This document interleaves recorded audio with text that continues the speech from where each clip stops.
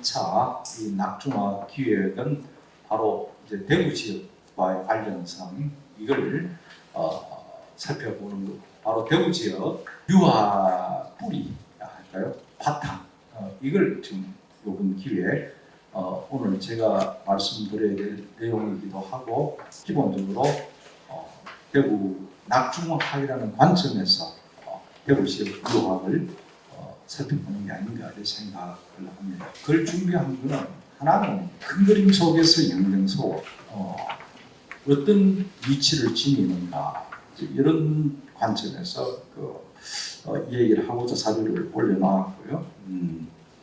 그 뒤에는 선사선유라 해서 이 금호강을 나눌 때 동쪽 금호강, 서쪽 금호강 이제 이렇게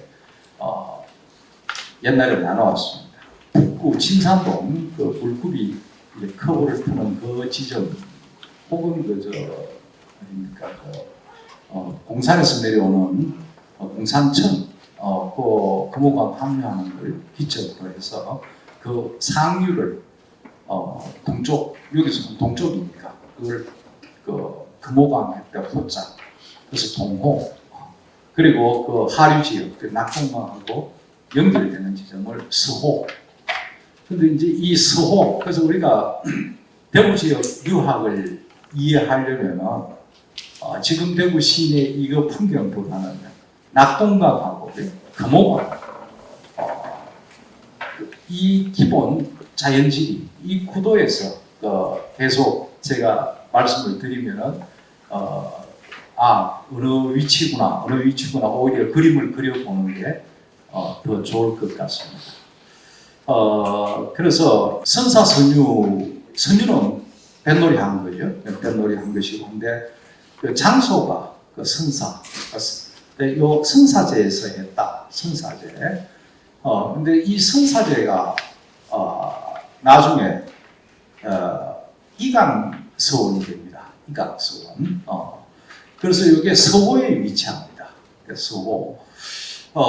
서호, 이 금호강 하류 지역이죠. 낙동강하고 연결되는 지점인데, 이게 저는 아주 자주 이강서원에 학교가 개명돼가지고, 처음에는 뭐 여기 어딘가 궁금해서 갔는데, 보니까, 또 책도 좀 보니까, 이게, 이렇게 퇴락해 있어서 안 되는데, 이 생각을 했습니다.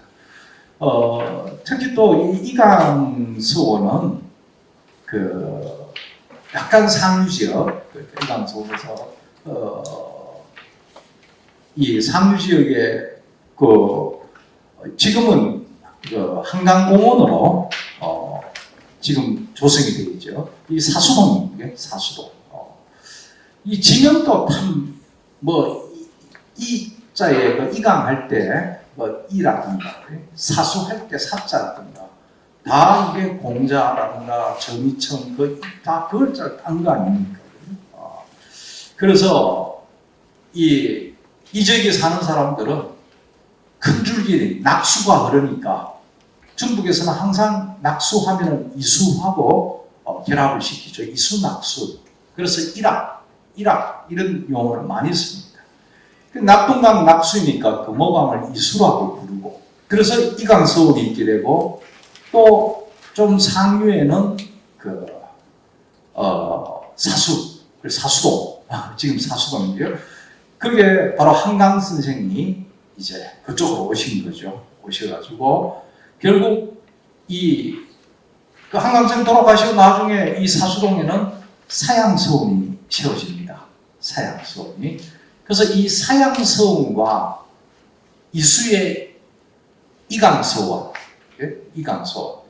그리고 좀 더 상류로 오게 되면은 아까 제가 말씀드릴 때 이 동호와 서호 갈라지는 지점, 공산 때문에 이제 쭉 내려와서 지금 밑에 영경동으로 내려와서 금호강으로 합류하지 않습니까? 그걸 기점으로 한다는데 바로 이 영경동이라는 것이 바로 영경서원에 있어서 영경동이 되는 거죠. 영경서원에 있어서 영경동 됐습니다. 제가 영경서원에 대해서는 또 지난 한참 전에 제가 강연 할 때 대구를 기억하려면 300년을 올려야 된다. 그리고 그 중심 지점은 바로 영경서원이다. 영경서원.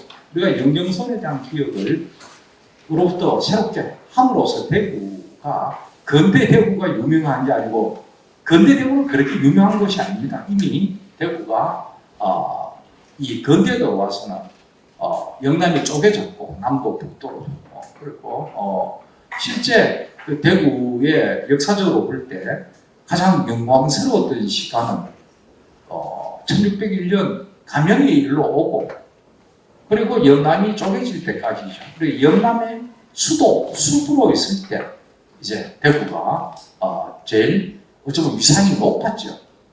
그래서 우리가 대구를 기억한다 하면은 바로 이때 300년을 거슬러 올라가서 감영이 설치되고 그때 대구를 우리가 당연히 그때부터 기억을 해야 되는데 지금 또 이제 감영공원 뭐 겨우 이제 형체가 남아 있고 건물도 제대로 다 완성이 안 돼 있고 이미 주변에는 다 허물어져 버려 가지고 땅값 너무 비싸서 다시 제 모습 찾지도 못하고 그냥 어찌 보면은 참 감영이 있었던 대구 그 감영 빼고 대구가 영남의 수도였다 관찰구였다라는 걸 기억할 데가 없어요. 근데 당연히 영남이라는 어떤 그 위상이 전국 팔도라지만은 서울 빼고야 당연히 최고의 도였죠. 형체로 보나 문화적으로 보나 중요도로 보나 뭐 그 무엇으로 봐도 서울당 뭐 영남이었죠. 그리고 영남의 수도 대구인데 이제 그 수부에서 내려온 지가 100년 좀 지났는데 거의 흔적 없어. 수부의 면모를 우리가 기억할 길이 없습니다. 여기에서 지금 상황은 그렇지만 우리가 대구를 다시 한번 기억하고 대구를 다시 한번 만들어 본다 하면은 당연히 그때 대구로부터 우리가 찾아 올라가야 된다는 거예요. 그리고 그 중심에 영경서원이 있다는 거예요.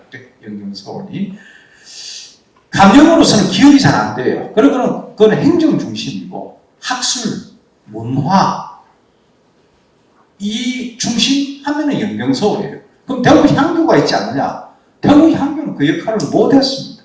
이건 대구 향교만이 아니고 향교가 원래 그 역할을 못해서 조선시대에는 그냥 그거는 이 지방관이 관할하고 뭐 중요한 학교였기는 하지만은 오히려 인재가 안 하고 이 인재의 학맥 개성이라든가 이런 어떤 그 구심으로서 문화가 일어나고 하는 것은 서원입니다. 서원. 대구 지역의 서원은 영경 서원이에요. 그래서 결국 우리가 대구 지역 유학을 이야기한다면 영경서원, 사양서원, 이강서원이라는 큰 이 흐름 속에서 대구의 유학. 근데 이거는 단순히 유학만이 아니고 문화, 뭐 전부라고 보면 됩니다. 실질적 그 사회에.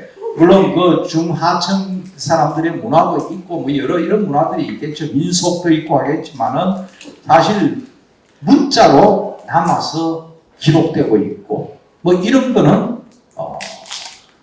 아무래도 그 당시 사회의 상층 사람들이 문자 생활을 했으니까 그래서 우리가 대구를 다시 이제 생각해보자. 그 출발은 당연히 감영이 설치되고부터 사실 1601년 감영이 설치되기 이전 대구는 아주 평범한 이 영남에 뭐 하나 정도 지나지 않았어요. 대구가 달성 그러다 이제 이 대구 이제 군에서 프로 이제 도읍으로 해서 결국 감영으로 오게 되죠. 그래서 실제 대구가 이 감영이 오기 전까지는 거의 존재감이 없었다고 해야 될까요? 대구가 있는지 없는지 그랬습니다. 근데 임진왜란 시기에 대구가 굉장히 중요한 그 지역이 돼요. 그게 군사적 이유 때문입니다. 대구가 군사적인 이유. 완전히 대구가 전쟁 속에 휘말리게 되죠. 대구가 전쟁 속에 휘말리는데 특히 바로 이 도서관이 있는 이 지역, 이 수성벌, 그리고 가창으로 올라가면 완전히 전쟁터였죠. 전쟁터였고, 그리고 대구 이 비설산 밑에 대명동 그쪽 일대 그쪽으로는 중국의 원군인 명나라 군대가 주둔하고 있었죠. 그래서 대명동이 된 거 아닙니까? 잘 아시다시피 대명동이.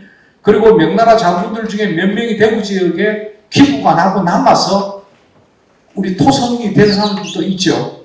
그러니까 전쟁 이 과정에서 대구가 굉장히 전략적으로 중요한 지역이 됩니다.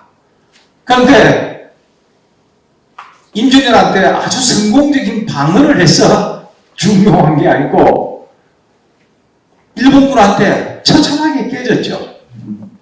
바로 패양 지역입니다. 특히 가창, 수성불에서 가창 이 일대 전투에서 왜 여기서 전투가 일어났는가 할 때 우리가 조선시대 때 길을 서울에서 부산, 그 당시엔 동네죠. 동네까지 오는 이 길이 크게 세 갈래 길이 있는데 이 세 갈래 길 그게 영남 쪽에서 보면은 영남에서 서울 가려면은 세 군데 중에 하나를 지나야 됩니다. 그 가운데 길이 문경 세제죠. 문경 세제가 그래도 대구나 영남 지역 전체로 볼 때는 가장 직선거리, 특히 동네에서 볼 때 제일 직선거리입니다. 이게 흔히 우리가 영남 이걸 아니면 경상 이 말을 쓰고 중로, 가운데 길, 가운데 길이다. 이게 영남 이 중로를 지나면 문경 세제를 넘어야 서울로. 특히 이 길을 선호했던 거는 문경 세제를 넘으면 바로 그 수원보가 나오지 않습니까? 또 조금 더 가면은 충주가 나오죠. 거기서 백길 이용이 가능했던 겁니다.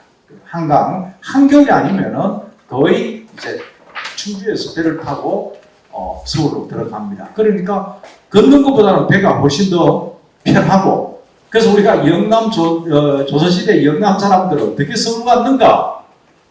저는 아주 수시로 문경세제를 지납니다. 지나는 게 걸어서 넘는 게 아니고 집이 서울이라 가지고 거의 매주 왔다 갔다 하면서 제가 이 문경세제를 지나면서 참 내가 조선시대에 태어나서는 이 문경세제를 한번 넘었을까? 199명은 평생 문경세제 한번 넘을 일 없이 그냥 영남 자기지에 살다 죽었을 겁니다. 그래도 문경세제 한번 넘었다면은 과거 시험 주로 그러겠죠. 장사하는 사람들이 다녔겠지만 그것도 꼭 연결하는 사람들이겠고 한데 영남에서 이제 인물이 되려면 아마 한번 출신해 해보고 싶으면 문경세제 한번 안 넘고는 방법이 없습니다. 특히 넘을 때 특히 과거 시험 치러 갈 때는 문경세제를 넘어갔어요. 그 말고 서울로 가는 길이 중령이죠. 중령이. 근데 중령은 저쪽 북쪽으로 지하철이 있어가지고, 그쪽 지역, 경상도 북동부 지역 사람들이 서울 갈 때, 이제 중령을 넘었어요. 중령을 넘어가서, 넘다 보면 박달지에 나오죠. 금봉이도 거기 있습니다. 그래서 이 박달지에 넘어가는 거기도 가면 단양, 바로 넘어오면 단양이 나오지 않습니까? 여름철에는 배가 단양까지 들어왔습니다. 한강 배가. 그래서 여름철이나 배를 탈 수 있어. 그때는 그쪽 지역 사람들은 중령을 넘어갔어요. 그러면 더 단거리이고 바로 단양에서 배를 타고 서울로 들어갈 수가 있었어. 이렇게 중령. 그리고 또 하나가 추풍령이죠. 추풍령. 이는 이제 경상도 서부 지역에서 넘어가는 길. 이거는 주로 이제 경상남도, 특히 경상남도 서부나 이쪽 김천 사람들, 성주, 고령지 해서 이쪽 사람들이 주로 서울 갈 때 그 길을 이용해서 서울로 갔습니다. 서울로 아무래도 단거리로 옮겼겠지만은 과거 시험 치러 갈 때는 이 문경세제를 넘었다고 하죠. 저 나는 말에 의하면 이 추풍령은 그 넘으면은 추풍낙엽처럼 떨어진다고 추풍령을 넘지 않는다. 그리고 중령은 대나무 아닌 대나무 죽자 아닙니까? 미끄러지고 추풍령은 추풍낙엽처럼 떨어지고 그래서 과거 치는 사람들은 죽어도 이 문경세제를 넘어서 이제 서울로 갔다. 이제 이런 참 영남의 이야기들이 그러니까 영남 이야기가 다 지금도 서울을 향하고 있고 등 돌리고 있어도 서울 소식 들을 거 다 듣고 그렇죠. 근데 그게 모이는 것은 문경입니다. 그래서 문경이라는 그 지명도 그런 거 아닙니까? 그 들을 문자 아닙니까? 경사경자. 이거 보면은 과거 소식일 수도 있죠. 합격 소식. 이 문경 참 중앙으로부터 이제 나를 풀러주는 참 영광스러운 그 문경. 참 그래 영남을 뭐 조선시대만 아니고 그 전에도 그랬죠. 영남은 문경세제를 넘어야 되었습니다. 이게 과거 길, 사람 다니는 길, 장사길도 길이지만은 전쟁이 났을 때 일본군이 군대를 진출시킬 때 이 세 고개를 향해서 그 파견을 했죠. 들어오기는 지금 부산 지역으로 들어옵니다. 두 개는 동네, 한 개가 동네입니까? 그리고 두 개는 지금 뭐라면은 그 낙동강 하구를 통해서 들어와서 구포로 이쪽으로 들어오죠. 들어와서 갈라집니다. 그리고 이 세 길 중에 이제 가운데 길이 여기 제일 단거리라 했죠. 지금도 가보면은 구포로 해서 삼낭지구를 밀양, 거기서 낙동강에서 밀양 쪽으로 올라올 수 있지 않습니까? 배 타고 조금만, 거기는 굉장히 물살이 세죠. 그 구포 지나서 삼낭지구 일대는 보면은. 근데 밀양 들어오게 되면은 바로 청도입니다. 청도 들어오면 바로, 우리 전원주택만한 청도 아닙니까? 그 가창 넘으면은 대구로 들어오는 거예요. 그래서 이게 이미 이쪽에 길이 있었던 거죠. 역마가 있었던 거죠. 우리 지금도 지명 중에 보면은 원자 붙은 지명들이 많죠. 이게 다 역마가 머물던 곳이죠. 역마가. 그리고 보통 역마의 한 구간, 그 한 구간은 멀지 않습니다. 뭐 한 10몇 킬로, 20킬로, 뭐 10킬로 정도 거리예요. 그 역마가 계속 이렇게 배치가 되어 있는데 그 역마를 한 10개, 20개 뭐 이렇게 관할하는 사람. 우리가 그 벼슬이 찰방이죠. 찰방이란 벼슬이 그 벼슬입니다. 찰방이 그 고을원하고 거의 같은 급 벼슬인데 고을원은 그 한 특정 지역을 다스리는 건데 그 찰방 벼슬은 그 역마 일정 구역을 관할하는. 그러니까 이 역로를 따라서 일본 부대가 들어온 거 아니에요. 그러니까 제일 짧은 길이에요. 그러니까 이 가창으로 넘어 들어오니까 청도에서 가창으로 들어와서 그럼 이게 외관으로 나갑니다. 외관으로 나가니까 우리가 지금 생각해도 그게 제일 그 길이 제일 잘 닦인 그 길이죠. 그래서 대구가 바로 그 한가운데 그래서 가창으로부터 외관도 엄청나게 타격을 입죠. 이 전쟁 임진왜란때 그래서 상주까지요. 그러니까 여기가 전쟁터가 됩니다. 임진왜란 7년 전쟁이라지만은 지금 딴 지역은 함흥대에다가 일본군이 거의 물러나요. 밑으로. 근데 경상도 와 있은 거예요. 경상도 쪽으로. 그러다 다시 정유재난이 일어나게 되면 또 올라가게 되고. 이런 식으로 해서 영남은 그야말로 임진왜란의 가장 큰 피해자들이죠. 완전히 일본군하고 같이 살다시피 했던 영남 지역이. 이 과정에서 이제 이 대구에서부터 외관, 선산, 상주 이 일대가 전쟁터가 그렇게 된 겁니다. 이게 그 장기전이 일본군이 주둔하고 그리고 또 명나라 군대 놀러 다시 들어오는 거예요.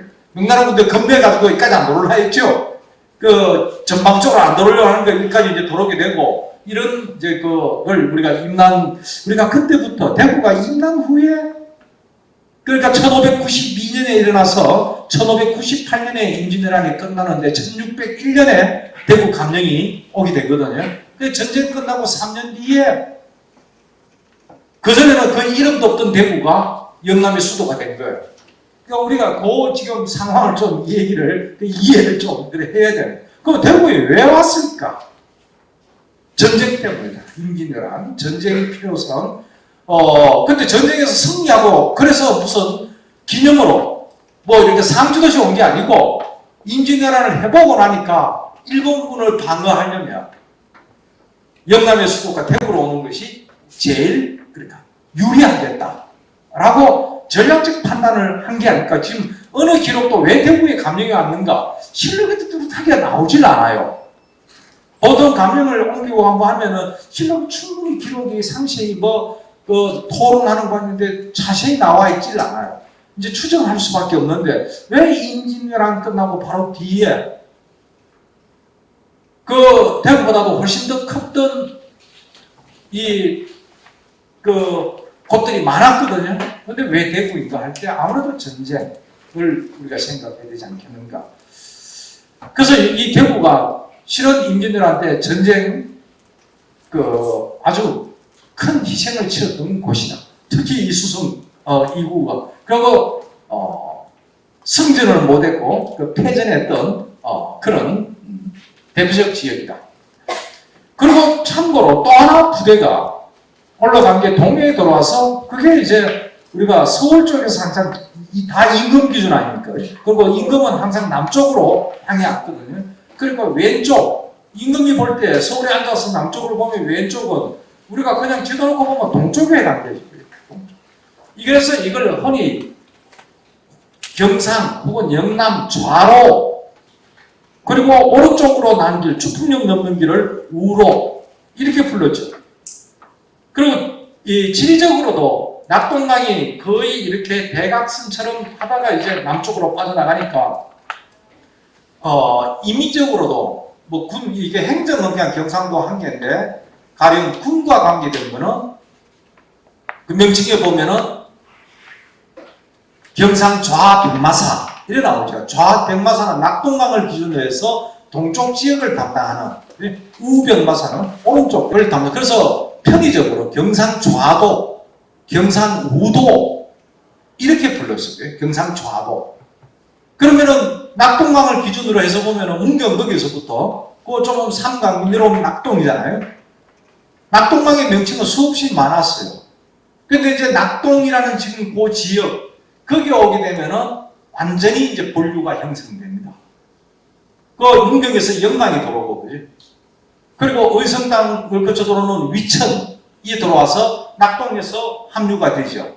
그래서 이 합류가 되면서 낙동강은 이제 거기서부터 우리가 낙동강 700리 하는 게 그 낙동에서부터 그 김해까지가 낙동강 700리. 실은 그 더 거슬러 올라가서 저 강원도 황지까지 올라가면은 1000리가 넘습니다. 낙동강 1000리가 넘고, 근데 이 낙동까지는 백길이 조은이라든가 이게 거기다가 실어놓고 다시 짊어지고 문경체절에서 너무 물건을 옮겼다는 거예요. 이게 서울 물건을 넘어 거기서 배로 내려오고, 그게 이 영남 조선시대 때 그 모습들이에요.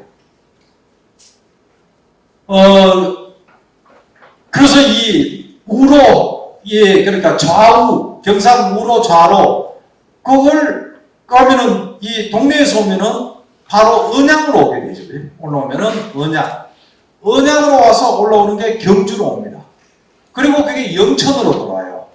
영천으로 들어와서 지금은 우리가 영천으로 오면은 대구 쪽으로 들어오기도 한데 옛날에는 서울을 향해 가야 되니까 좀 더 직선길이 그게 그 신령 의성 쪽으로 나갑니다.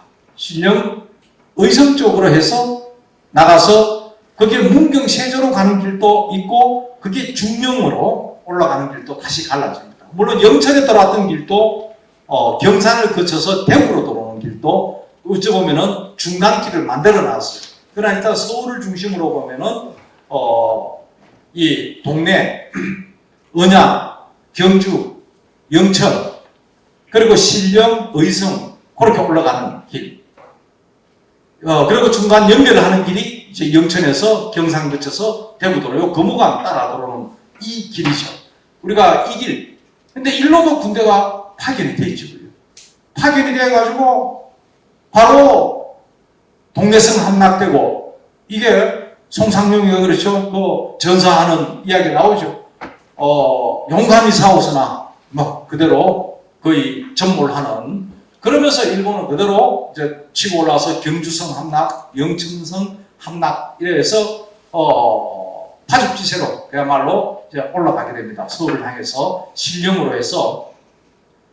근데 우리가 의병을 보면은 또 이 지역에서 의병이 또 좀 일어나는 그게 영천. 그래서 영천 지역 뭐 하면은 권흥수 장군 나오고 뭐 이 저 영일정시들 여러 장수들 이야기들 나오고 하는 것들이 바로 이 경주성, 영천성 전투가 있었기 때문에. 특히 이제 그 영천성 전투는 그 일대, 그러니까 영천, 신령, 그 다음에 의형, 경산 해서 이쪽에 하양 이 일대, 그 당시에 거의 다 구분된 현들이에요. 이쪽 일대 의병들이 연합해서 또 관군하고 연합해서 영천성 탈환 전투를 벌이게 돼요. 그 의병 하나 쪽에서는 의병들만 끌어모인 것 같은데 그게 아니고 결국 관군이 결합을 하죠.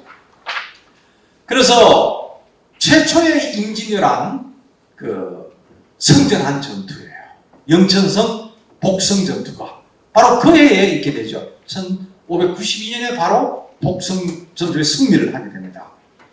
그래서 나중에 그 전쟁이 끝나고 유성룡, 이항복 이런 사람들이 이야기할 때 임진왜란 때 3대 큰 대첩, 전성 이야기를 할 때 영천성 전투를 들어요. 기록에 그렇게 남겨요. 지금은 우리가 임진왜란 때 3대 대첩하면은 뭐 다 한산 대첩, 그 다음에 행주산성, 그리고 진주성 이래 이야기를 하죠. 물론 그것도 큰 대첩인데, 영천성, 그 당시 그 정치 담당했던 사람들 기록에는 영천성 전투를 굉장히 대단한 그 승전이라고, 최초의 승전, 그리고 전세를 이제 뒤집을 수 있는 절호의 찬스를 이제 갖게 된 거예요. 최초의 찬스를 가졌던. 그러니까 이게 역시 여기도 일본 군대가 올라가면서, 그러니까 이 영천으로부터 해서 이 가운데에 그러니까 동로와 중로 사이에 있는 게 팔궁산 아닙니까? 중로가 올라가는 거는 팔궁산 남쪽과 서쪽을 통해 올라가고, 경산 동로, 동로 뭐 혹은 좌로 이렇게 보는데 이거는 팔궁산 동쪽에서 북쪽으로 올라갔죠. 그러니까 팔궁산이 또 전쟁 속에 휩싸인 거죠.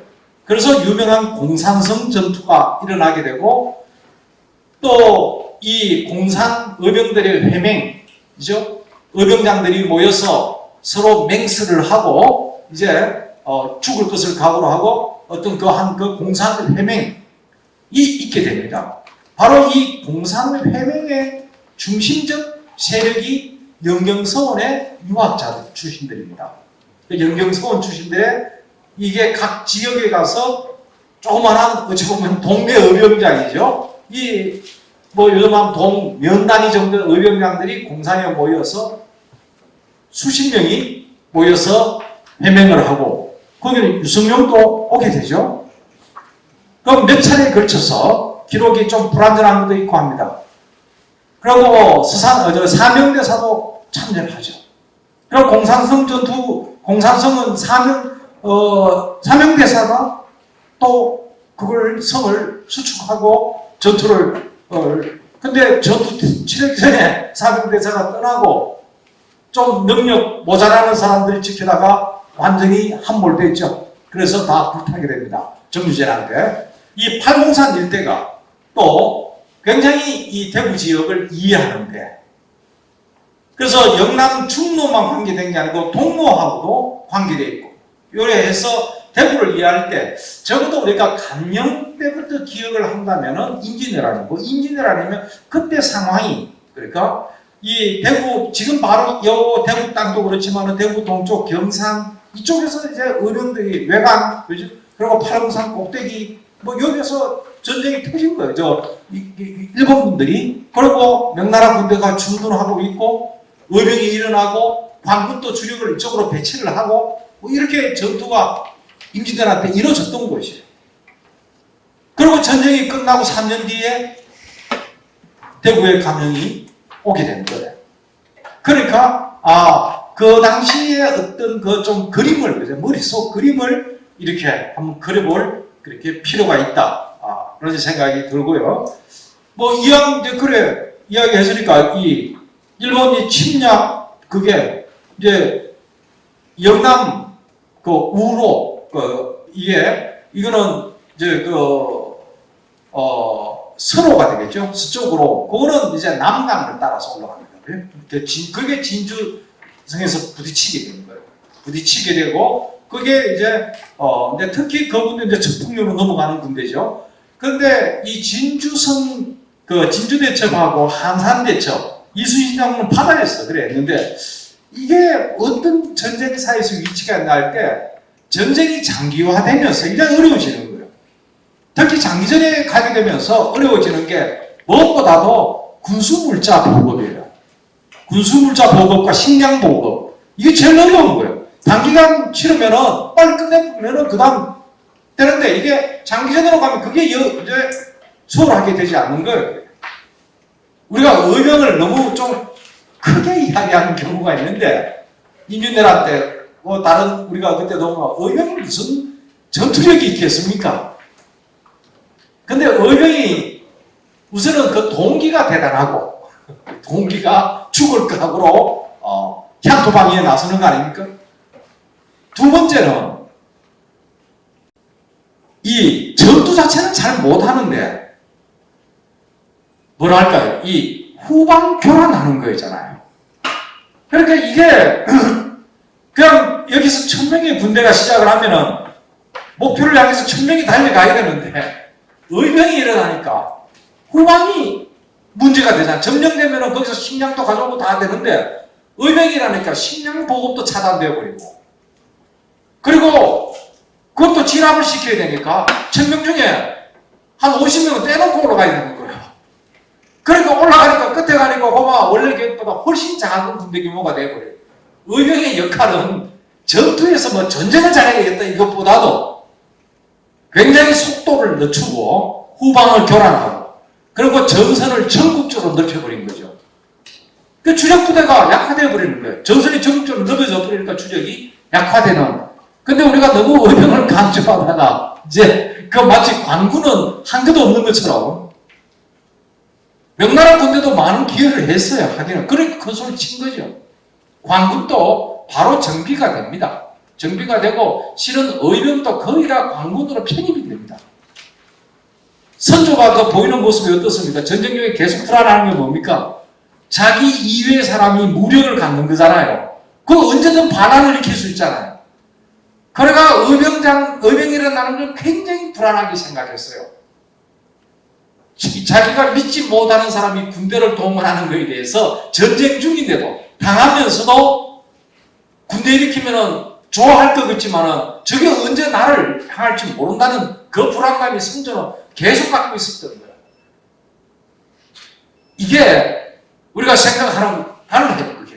그래서 이 의병, 그 대구 지역에서 이 의병이 우리가 진주성 이쪽 의병 이야기만 주로 많이 하는데 행주대첩 같은 경우는 의병 이야기 안 하죠. 한산대첩 의병 아니잖아요. 관군이잖아요. 주로 이제 의병이 많이 이야기되는 곳은 진주성. 근데 실은 영천성이라든가 대구에는 의병이 굉장히 많이 일어납니다.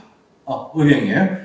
그래서 근데 이 의병의 전투력은 대단했던 건 아니고 그런데 군사에서 아주 공헌도가 큰 거죠. 공헌도가 큰. 그리고 그 사람들 많은 의병장들은 관군으로 편입이 되었고 무과 급제 같은 경우 몇 년마다 해서 뭐 한 30명 몇 명 안 뽑았어요. 군관이 그래 필요했던 게 아니고 임진왜란 중에는 1년에 무과 급제 합격자가 3만 명, 4만 명 이래 돼요. 우리 전쟁 나면은 어지간하면은 며칠 되면은 고등학교 정도 나오고 이래 하면은 며칠 전투하고 나면은 바로 소위 달아주고 이런 것처럼 비슷한 거예요, 그게.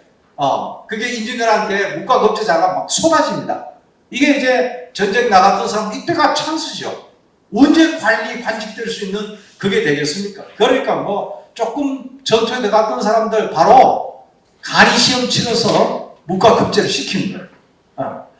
그래서 우리가 의병 따로 관군 따로도 아니고 그때 이러한 전쟁상 그리고 이 진주성 전투와 한산 대첩은 무엇보다도 보급로 차단이에요. 전라도가 곡창지대니까 전쟁을 또 안 겪었잖아요. 그쪽에 나중에는 좀 겪죠. 그러니까 거기에 식량이 많잖아요. 그러니까 그 보급로 일본 군대가 걸러 들어간 거는 점령도 점령이지만은 보급 확보를 위해 들어간 거예요. 근데 이제 이순신 장군이 그걸 차단시킨 거죠. 차단시키면서 일본 군대가 이제 굉장히 고생을 하고 진주성도 들어가면은 하동으로 해서 전라도로 들어가면은 이게 역시 곡창지대로 들어가니까 이게 보급 차단 이런 위치가 있어요. 우리 전투 자체만 보는 게 아니고 전체 놓고 보면 일본 군대가 어떻게 움직이고 왜 이쪽을 쳐들어가고 있고 이런 거예요. 근데 대구는 바로 그러니까 제일 직선거리에 한가운데 일본 군대가 바로 가장 지나기 좋은 곳, 집결하기 좋은 곳. 그리고 일본 군대가 밀리게 되면서 명나라가 들어오고 하면서 여기에서 장기 출근을 했던 곳. 그러면서 전쟁이 계속해서 전투가 일어났던 곳. 이런 것입니다. 자, 이런 어떤 큰 그림 하나 하고 아까 제가 말씀드렸던 영경서원, 사양서원, 그리고 이강서원을 좀 겹쳐서 우리가 좀 한번 또 뭐랄까 이렇게 그림을 그려보는 근데 영경서원은 임진왜란 나기 전에 한 40년 전에 한 30년 전에 세워졌죠. 그리고 임진왜란 중에 불타버렸어요. 그리고 임진왜란이 끝나고 바로 중건이 되는데 한꺼번에 중건이 못 돼요. 찌끔찌끔해서 수십 년 걸쳐서 중건이 돼요. 그만큼 재력이 약화되고 그랬겠죠. 그런데 이미 그 영경서원이 설립될 때 퇴계 선생이 후견했다는 거예요. 예? 실제 초기의 서원은 퇴계 선생이 후견한 거다. 그러다 그게 불이 붙으니까 막 저절로 막 각 지역으로. 근데 특히 퇴계 선생이 후견했다는 그 대표적인 게 퇴계 선생도 이렇게 불이 붙을 줄은 몰랐죠. 바로 서원 설립운동을 주도했던 인물 아닙니까? 첫 불을 당긴 거는 본인이 그 분기군수 물러나면서 바로 백운동 서원을 사익을 청한. 그러니까 사익을 청한 거는 군인을 높이는 것도 있지만 실은 사립학교 운영해보면은 경제적으로 문제가 너무 많은 거예요. 그래서 국가 지원을 요청한 거예요. 그때는 사회액이란 말도 없었어요. 그냥 경제 지원을 좀 해달라. 그러니까 이 향교만 하지 말고 우리 조선은 유학의 나라고 무엇보다도 국가에서 중요한 것은 인재를 키우는 것이고 향교만으로 부족하니까 이렇게 지역 단위에서 자발적으로 세웠는데 운영상 굉장히 어려움을 겪는다. 국가가 좀 지원해달라 이 뜻이었거든요. 사액을 청했다는 이야기는 액자 하나 내려주십시오 이게 아니고요. 그러면은 이제 그렇습니다. 바로 여기에서 그에 화답해서 정말 퇴계란 인물은 임금이 보기에도 참 공부 열심히 하고 착하고 참 그런 사람이다. 저 사람의 뜻을 들어주자. 그래 해서 이제 격려와 그런 의미에서 뭐 특별 이제 액자를 하사한 거죠. 그래서 최초의 사액을 하게 된 거죠. 그러면서 소수서원.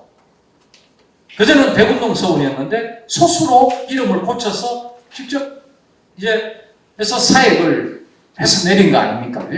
그런데 액자만 내린 게 아니고 원래 발휘했던 땅, 책, 노비 이걸 갖다가 땅을 사전, 책을 사서 그리고 노비를 사모 해서 다 해서 함께 내린 거예요. 그러니까 이제 다른 서원들도 출줄이 우리도 달라요. 우리도 달라 할 거예요. 그런데 이제 다 줄 수는 없잖아요. 그래서 가렸어. 가려서 이제 그래도 누구를 모신 서우니까 책임감이 있는가, 지원할 만한 자격이 되는가, 이에 가려서 사역을 내리게 되고, 서울의 입장에서는 사역을 받으면 굉장히 영광스러운, 그리고 권위가 있는 이제 명문 서원이 되는 길이죠. 우리가 지난 토요일, 우리가 그 가서 봐서도 다 사역 서원들이죠. 도동서원, 그리고 회영서원 다 당연히 사역을 받았습니다. 사역 서원들입니다.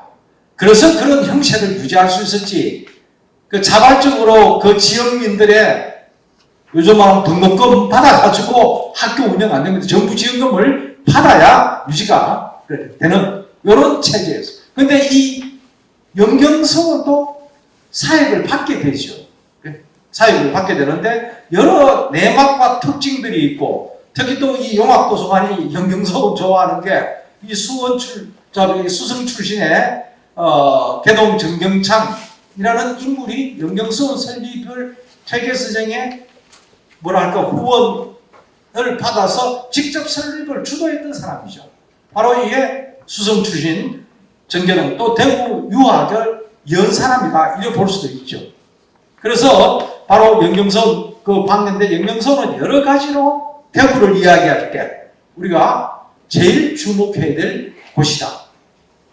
제가 지난번 한번 그래서 그 영경서원 여기서 이야기하면서 복원해야 된다. 그 지금 이제 복원 땅은 지금 만들어 해놨는데 원 땅은 아니지만 그 근처에 뭐 위치를 옮기는 큰 문제가 안 돼요. 기록만 정확히 정리하고 땅은 가보니까 이제 서붙여 놨대요. 이제 그 영경서원 이제 복원터라고 해놨는데 언제 이제 그걸 복원이 가능할지 모르겠습니다. 어쨌든 이 영경서원 복원은 제가 아주 영경서원 복원을 어찌 보면은 몇 사람이 모여서 이제 영경서원이라는 것 자체를 거대했던 사람이고, 논문을 쓰고 발표하고 시장한테 뭐 가서 그 보내고 떠들고, 이제 1차 결실은 그 땅을 확보해 놨으니까 언젠가 세워지겠지 이 생각을 하고 있습니다. 그래서 제가 이 영경서원의 이야기를 조금 더 해야 될 거고, 그리고 이제 이후에 영경서원이 복원되는 과정과 더불어 중요한 사건이 한강 정구 선생이 대구로 들어온다는 거예요. 대구 사양동으로 들어온 거 아닙니까? 이게 이제 우리가 생각할 때 한강 선생 하면은 성주 사람이다. 출신은 성주죠. 근데 실제 제자들이나 그거는 대구 지역에 다 포진해 있어요. 대구 7고 이 지역이에요. 그래서 근데 실은 한강 선생이 이거 어찌보면 대구 지역에 영경서원을 축으로 해서 형성되었던 이 유림들이 뭐 집단 한강선생 문화로 들어간 거예요. 집단으로 들어가게 되면서 이제 한강선생으로 연결이 들어가고, 또 한강선생이 그 때문에 대구로 나오신 거예요. 만년에. 그래서 만년에 사양동에 머무신 거 아니에요. 그리고 거기서 돌아가신 거 아니에요. 그래서 우리가 태어난 것도 중요하지만 돌아가신 것도 굉장히 중요합니다. 만년에 어디에서 머물면서 활동하시다가 돌아가셨는가. 그래서 한강선생을 성주 사람, 이렇게 제가 말하는 낙중학 속에는 성주도 대구도 다 낙중학 지역이긴 하지만 저 밖에 분 이래 생각하면 안 되고, 대구 유림들, 유생들이 집단으로 한강선생 문화로 들어갔던 거예요. 그리고 결국 한강선생이 오셨고, 그게 사양서원이 그걸 정언해 주는 거예요. 그리고 한강선생에 이제 이어지는, 그래서 조선 말까지 우리가 쭉 이래 보면은 중요한 역할을 하는 게 바로 이강서원. 이강서원에 모셔진 분, 제가 아까 선사선유, 그것도 이따 이야기를 하게 될 건데, 바로 성사제 겉에 이강서원이 서게 되는데, 모셔진 분이 낙제 서사원 선생인 거예요. 그야말로 대구의 토성, 달성서씨를 대표하는 인물이죠. 물론 그 선대도 많이 계시고 고암소에 모셔져 있고 한데, 우리가 유학사의 입장에서나 이래 보면은 낙제 선생이 굉장히 중요한 역할을 하죠. 그 당시 대구 지역의 유림의 어떤 어쩌면 총 리더라고 볼 수 있죠. 그분이 한강 정부의 문화로 가게 되면서 뭐 어찌 보면 일제히 이제 그 한강 문화로 편입이 되어 들어갑니다.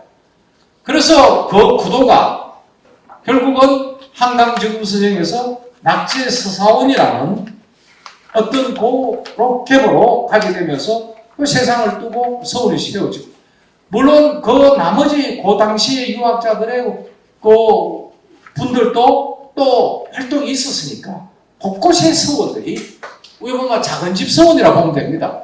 크게 보면 영경서원에 이제 작은 서원들이, 곳곳에 서원들이 만들어지게 되는, 이렇게 해서 이제 대구의 학술 문화의 기본 지형이 짜여지는 거예요. 기본 지형이 짜여져서 그 판 위에서 한 300년이 내려오는 거예요. 300년이 그게 더 다져지는 형식으로 내려오면서 근대를 맞게 됩니다. 그 대구에 감명이 오게 된 게 아무래도 임양의 영향이 크다. 그리고 정부에서 생각할 때 여기가 전략적으로 굉장히 중요하다. 결국 임진왜란이라는 게 일본 방어이죠. 일본 방어. 전쟁 끝나고도 계속 불안하죠. 그래서 임난은 끝났지만은 정부의 제일 그 국방정책 핵심은 여전히 언제 또 쳐들어올지 모르니까 영남 쪽에 군사력을 배치를 해야 되는 거예요. 그래서 이제 이 대구가 특히 이제 이 관찰부라는 거는 바로 뭐 군부대 자체는 아니지 않습니까? 군부대는 전방에 배치를 하고 제일, 그러니까 나머지 동쪽, 서쪽, 남쪽, 동쪽, 남쪽 이 해안에서 후방에서 이제 그 지원할 수 있고 할 수 있는 가장 중요한 어디가 유리한 지역일까? 그리고 좌우, 중로 양쪽 다 겸하고 있고 낙동강도 끼고 있고 여러 어떤 아마 전략적 판단 이게 작용했을 것 같다. 그리고 지리적으로도 영남의 중간 정도 지점이 되고 근데 그렇다는 기록이 없어요. 왜 대구로 했는가? 그거는 알 수가 없어요. 그리고 이제 우리가 팔공산 이야기를 했는데 대구하고 이 팔공산 금호강은 분리할 수가 없습니다. 지금 대구가 팽창을 이해해가지고 이제 비설산 앞산 밑으로까지 확장이 되었는데 옛날 대구로 따지면은 오히려 팔공산하고 가까웠습니다. 금호강, 대구가 금호강하고 팔공산하고가 대구권 이고 그러니까 지금은 땅하고 붙어 그렇 따지면은 오히려 비설산하고도 많이 안 붙어 있습니다. 쫙 지금 도시가 발달해서. 근데 그때는 오히려 이 달성 그쪽에 감명이 부럽게 되고 바로 금호강이고 넘어오면 팔공산이고 이게 이제 대구의 모습인데 바로 이 대구 지역의 군사적 상황을 보면은 제일 중요했던 게 역시 팔공산 공산성이죠. 임진왜란 때도 굉장히 중요했기 때문에 그 결집을 하고 방어로 이게 양쪽으로 특히 이제 팔공산의 공산성은 영남 이 좌로 그러니까 영천에서 신령 의성 가는 그 아주 지키는 몫이에요. 그 맞은편에 있는 게 화산이에요. 지금도 화산산성이 있죠. 화산산성과 공산성 이 사이로 거기 신령에서 의성 올라가는 길인데 중앙성 올라가는 길이죠. 그러니까 전혀 굉장히 이게 유리한 지역이죠. 근데 임진왜란을 겪으면서 일본의 주력이 그쪽도 일부가 갔지만은 중심은 이 중로를 따라 들어온 거예요. 중로를 따라 들어오고 이러면서 여러 가지 대구가 위상이 커지고 앞으로 일본을 방어를 생각해서도 그렇고 후방 물자 수송성이 있으면은 후방 어떤 물자 수송도 그렇고 여러 가지로 대구에를 감염을 설치하고 난 뒤에 공산성 정규제란 때 일본군이 후퇴하면서 완전히 폐허를 시켜버려요. 완전히 훼손된 거죠. 그리고 이후에 공산성은 어떻게 됐는가 할 때 다시 중수되지 않았어요. 얼마 안 지나서 공산성을 다시 중수하는 것보다는 위치를 이동시켜서 세우는 것이 더 유리하겠다. 어찌 보면은 대구방어의 주성을 어디로 삼을건가 해서 거기서 가산 산성을 새롭게 조성을 하게 되는 거야. 새롭게. 그러니까 공산성을 원래는 보통 뭐 하면 다시 수리해서 다시 그런데 일본이라든가 대구가 감정이 오고 나니까 뭔가 중요한 도시가 된 거죠. 이걸 방어를 생각할 때 803보다 그러니까 가산 산성이 그래서 새로 세운 거죠. 그래서 가산 산성은 뭐 깔끔하게 정돈되어 있죠. 한 번도 전도 안 치렀어요. 그러니까 잘 보존되고 관광은 하기 좋은데 실은 가산 산성은 전투를 치르지 않은 성이고 거의 지금 허물어졌지만 공산성은 수많은 전투를 치렀던 곳이에요. 지금도 군부대가 돌아 있잖아요. 지금도 레이더 기지가 돌아 있잖아요. 그래서 이 대구의 긴 역사를 하려면 공산성 이 역사를 삼국시대부터 이야기가 되죠. 몽고 이야기도 되죠. 이 수많은 전투를 치른 성은 지금 완전히 해산돼서 제가 그 발굴하고 그 답사 몇 차례 가서 깨진 기와조각 꼴짝에 보면은 있어요. 어떤 식으로든 공산성은 역사적으로 이거는 분명히 성루 하나라도 세워놔야 된다. 이거는 기억이 되어야 될 장소이다. 제가 어른들한테 이야기 들어도 그때 성문이 있었던 기억이 있다는 거, 그것은 놀고 했다는 거예요. 근데 아무리 찾아봐도 위치도 모르겠는 거예요.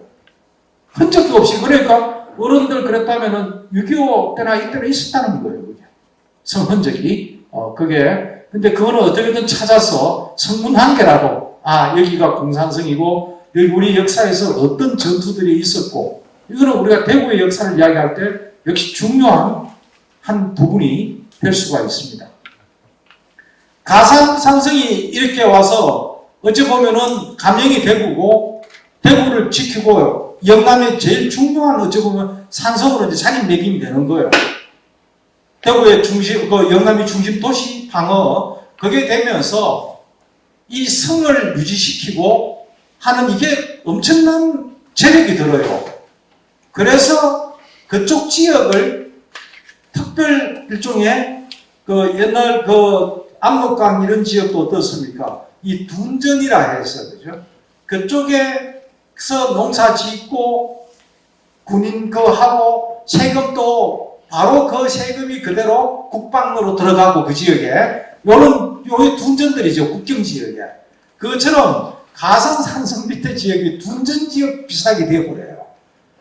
그리고 특별 어떤 지역으로 되면서 칠곡이라는 게 생겨나요. 지금 칠곡이, 그죠? 칠곡이 원래는 성주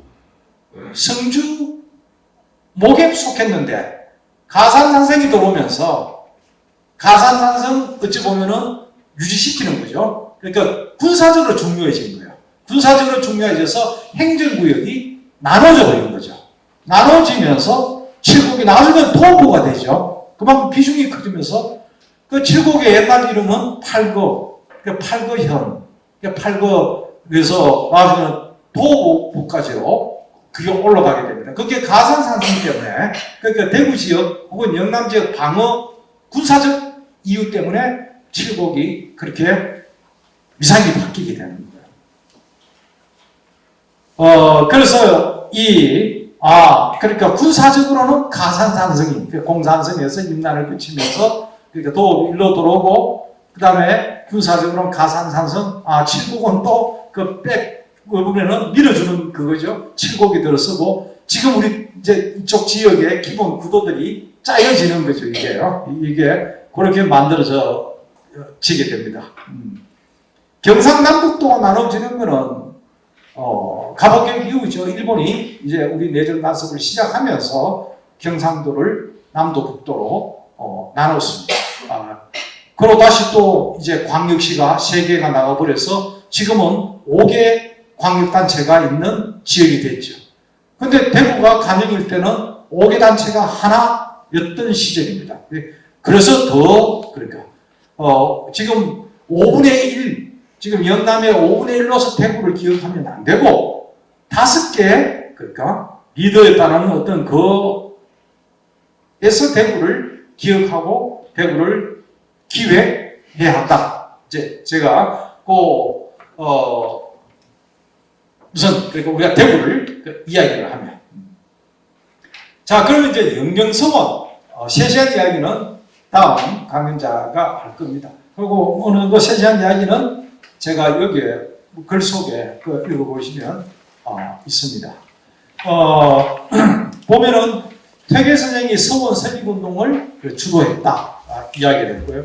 퇴계 선생이 서원 설립운동을 주도한 그 이유는 그 당시 관학이었던 성균관 그리고 향교 교육이 도저히 그 교육 내용이나 선생이나 이걸로 볼 때 제대로 된 성비를 길러낼 수 없다.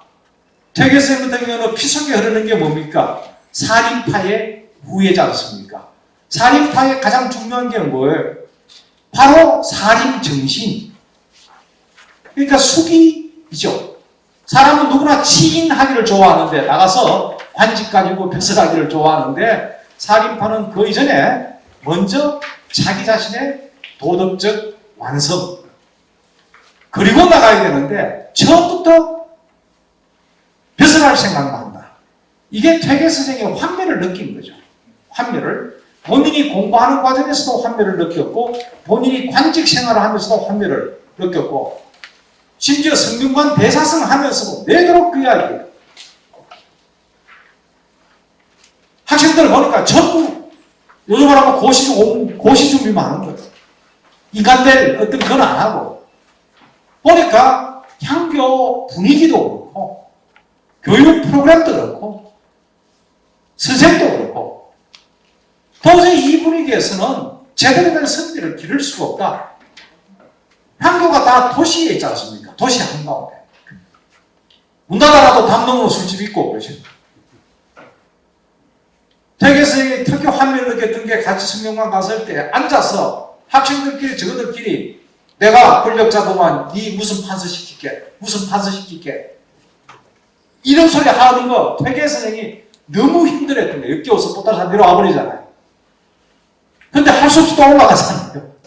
그 당시에 그거 아니면 할 게 뭐 있습니까? 결국 또 과거 걸어가지고 퇴계 선생이 늦게 결국 30대 그 중반이 돼서 이제 과거로 급제를 하게 되죠. 계속 마음속에 이거는 아니다. 그래서 서원 설립운동을 주도한 거예요. 서원은 어떤 곳입니까? 사람 없는 곳이에요. 사람 없는 곳에 가는 거예요. 수용하는 거예요. 가다 놓고. 원장도, 교수, 선생도, 학생도 24시간 같이 생활하는 거예요.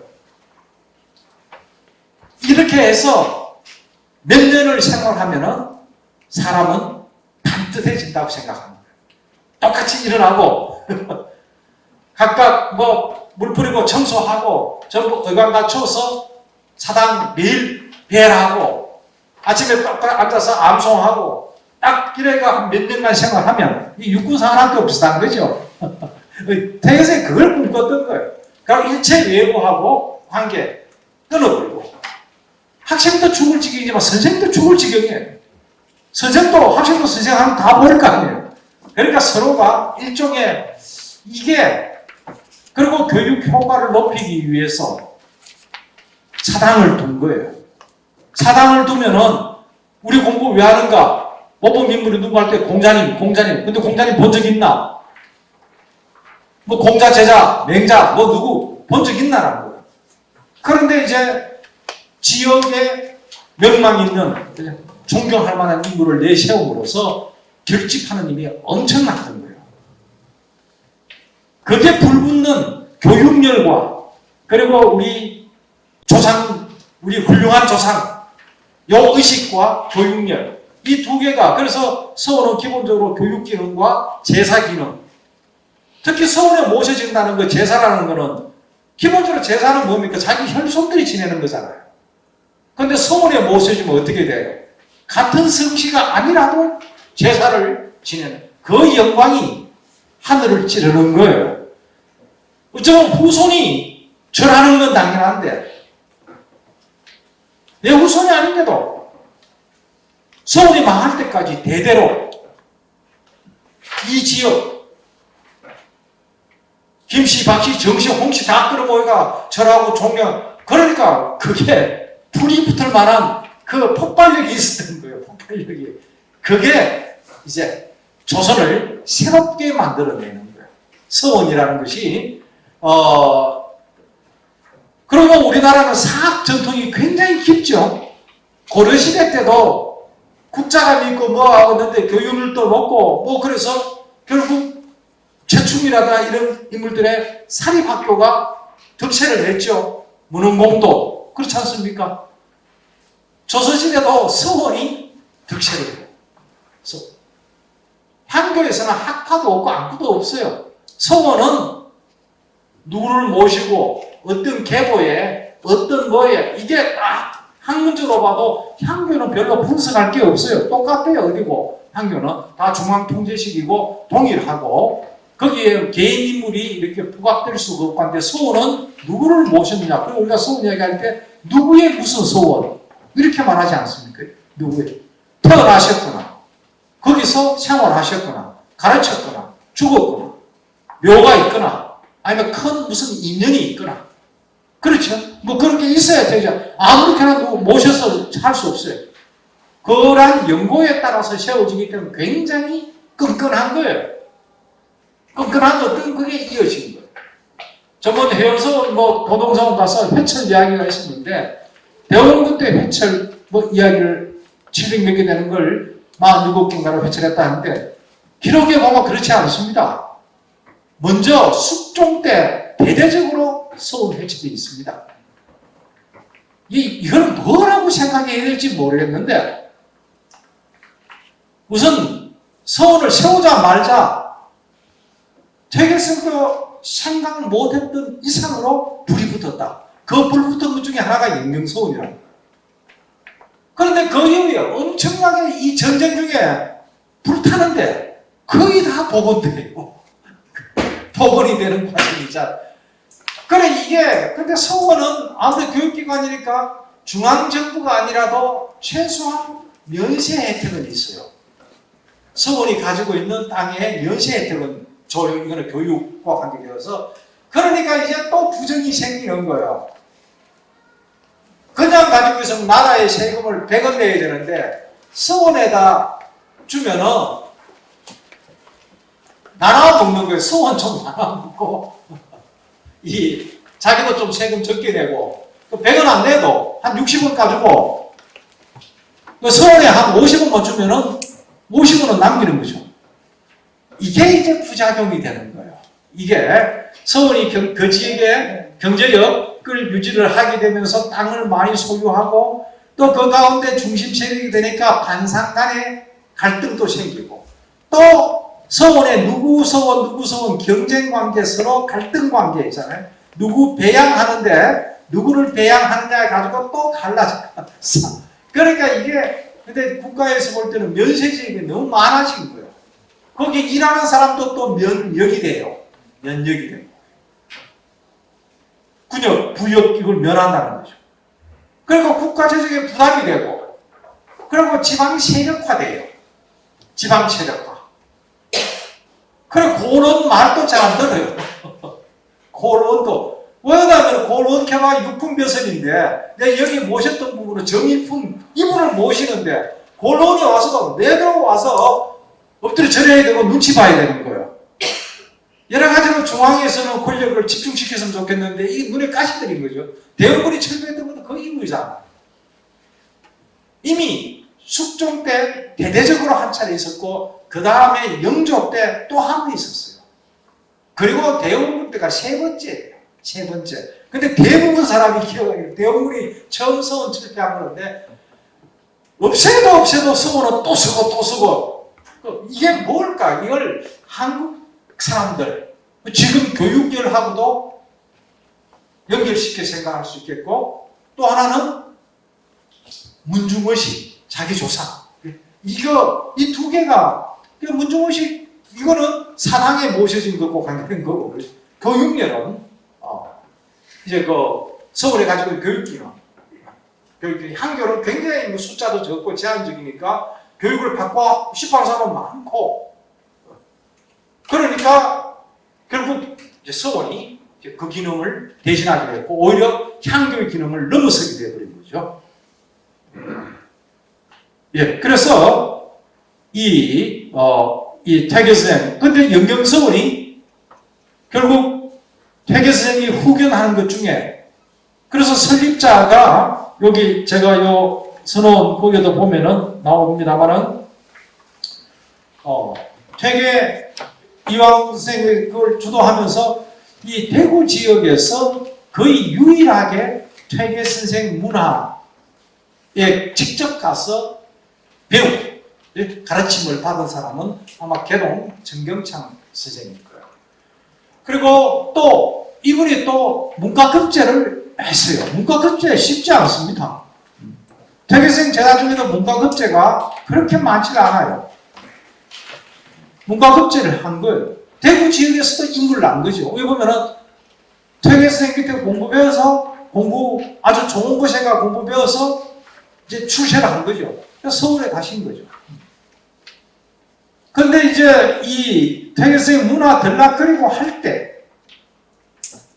이쪽 대구 지역 출신이니까 이제 제자인 개동 선생한테, 정경창 선생한테 그 지역에 보고 서울 세울 만한 곳이 있으면 주선을 해봐라. 유림의 의견을 모아보라.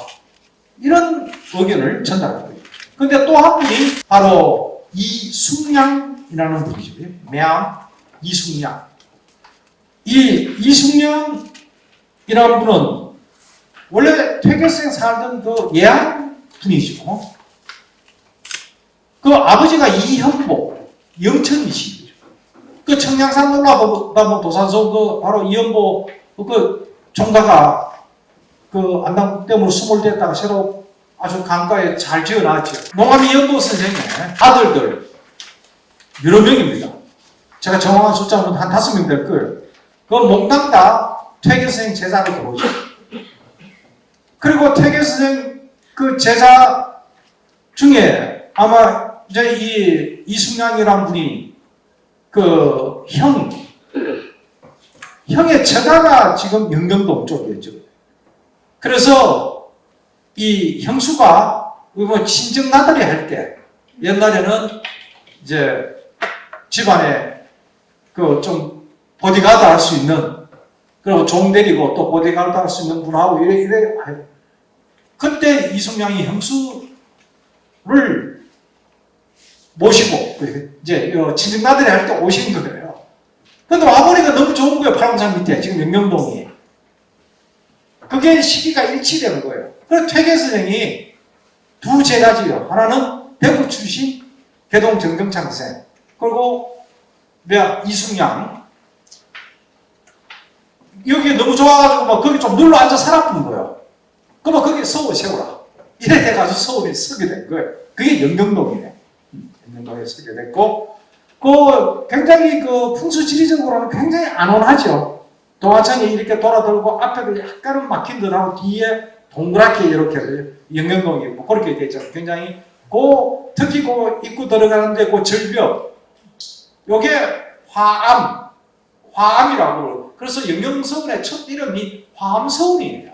그 이름을 따서 화암서원인데 나중에 이제 영경서원으로 이름이 바뀌었고, 퇴계선생 그 당시 처음 설립될 때는 화암서원으로 설립이 되었고, 마치 이렇게 물이 이 금호강에서 거슬러 올라가면은 동산천을 거슬러 올라가다 보면은 조금 이렇게 좁아지죠. 그리고 절벽이 있고, 그리고 그 안쪽에 아주 아늑하게 동네가 형성된 게 영경동입니다. 그러니까 굉장히 이제 그 풍수 지리적으로 그렇고 아마 그 매암 선생이 굉장히 여기가 굉장히 좋다 싶어서 어찌 보면은 형의 처가댁이죠. 처가곳이 형의 처가고 여기에. 그래서 이제 뒤에서 퇴계 선생이 서울 세워. 그래가지고 대구 부사. 그 서울도 유림들이 발의하고 하지만은 이미 설립 때부터 대구 고론이 이렇게 적극 개입을 합니다. 그래서 대구 부사가 처음에 놈이 시작했던 사람 또 완성될 때는 부사가 바뀌어요. 그래 해서 이제 완성이 됩니다. 굉장히 우리나라 서원의 설립 역사에서 굉장히 이른 시기예요. 퇴계 선생 이전에도 서원이 있었죠.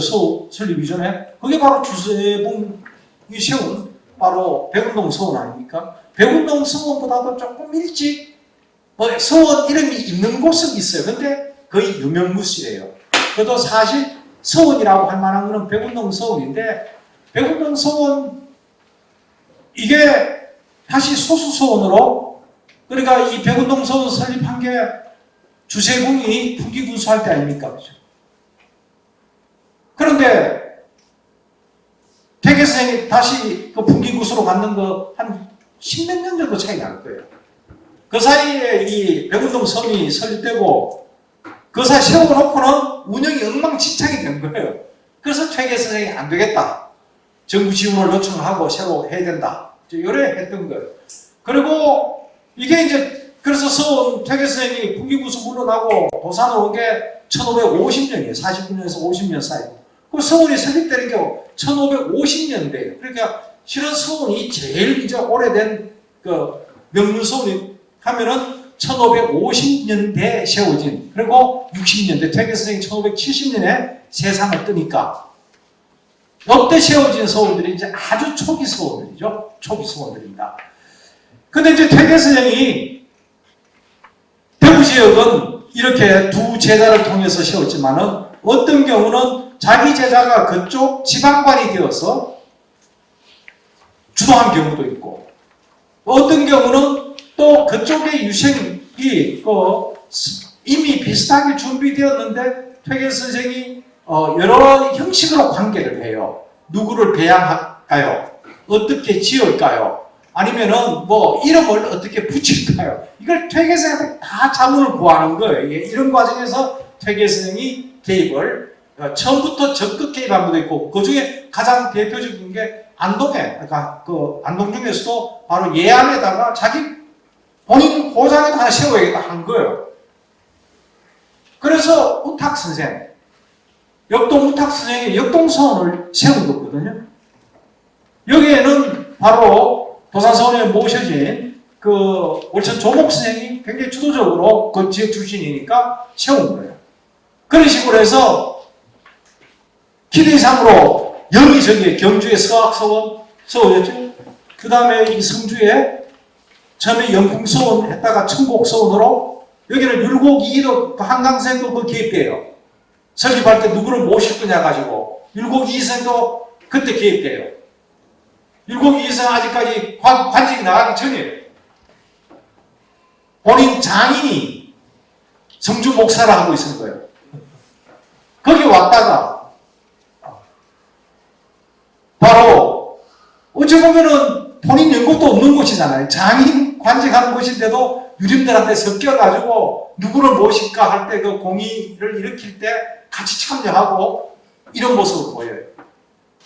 그러니까 뭔가 굉장히 이 분위기가 그냥 학교 하나 누가 이래 세우는 게 아니고, 하나 세우려면은 그 지역의 선비들의 막 이래 공의를 일으키다 하죠. 그러니까 공의, 서로 이제 토론이 있고 기부하고 뭐 하고 어떻게 하고 이런 거 뭐 어떻게, 이런 것들이 아주 활발하게 일어나요. 근데 퇴계 선생이 좀 뒤에서 이렇게 이제 지시를 한 거예요. 그래서 이제 서원이 9개가 섰어요. 이미 퇴계 선생 기대 이상이에요. 9개 선 거에서 축하시를 지은 거예요. 너무 뿌듯한 거예요.